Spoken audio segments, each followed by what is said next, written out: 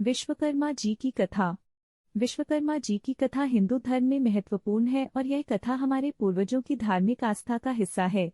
विश्वकर्मा जी हिंदू धर्म के देवता विश्वकर्मा के पौत्र हैं और वास्तुकला के देवता माने जाते हैं। इस कथा में विश्वकर्मा जी के जीवन के महत्वपूर्ण पलों की चर्चा की गई है, जिनसे हमें धार्मिक और नैतिक सीख मिलती है।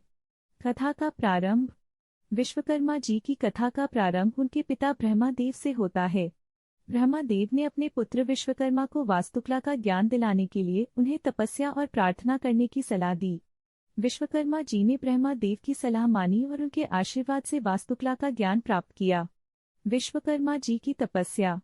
विश्वकर्मा जी ने अपने तपस्या के द्वारा वास्तुकला का ज्ञान प्राप्त करने के बाद अपने जीवन का उद्देश्य ढूंढ लिया।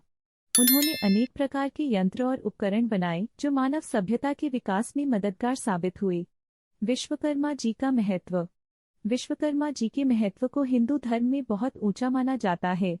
उन्हें वास्तुकला के पिता और देवता के रूप में पूजा जाता है। यह माना जाता है कि विश्वकर्मा जी की कृपा से ही निर्माण कार्य सुरक्षित और सफल रूप से होता है। उनकी पूजा विशेष रूप से कार्तिक मास के विशेष दिन पर की जाती है, जिसे विश्वकर्मा पूजा कहा जाता है। विश्वकर्मा जी की कथा के रूप में हमें यह सीखने को मिलता है कि कठिनाइयों का सामना कैसे करना चाहिए और कैसे अपने काम में उन्नति प्राप्त करनी चाहिए। यह कथा हमें समर्पण की भावना, धार्मिक आस्था और संघर्ष की महत्वपूर्ण भूमिका दिखाती है। समापन। इस तरह विश्वकर्मा जी की कथा हमें धार्मिक और नैतिक मूल्यों को समझने का मौका देती है और हमें उनके जीवन के महत्वपूर्ण संदेशों को सीखने का अवसर प्रदान करती है। इसके माध्यम से हम जीवन के हर क्षेत्र में सफलता प्राप्त करने के उपायों को जान सकते हैं और धार्मिक आस्था को अपने जीवन में अपना सकते हैं।